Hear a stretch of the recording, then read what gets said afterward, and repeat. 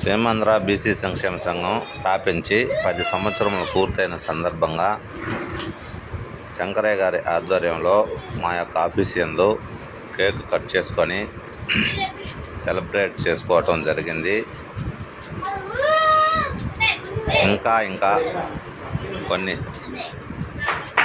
మరిన్ని సేవా కార్యక్రమాలు కొనసాగిస్తూ రోజుకు డెవలప్ అవ్వాలనే ఉద్దేశంతో నేను నా మనస్ఫూర్తిగా కోరుకుంటున్నాను.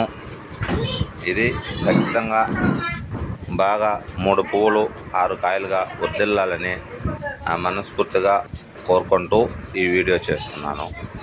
చూడండి ఫ్రెండ్స్.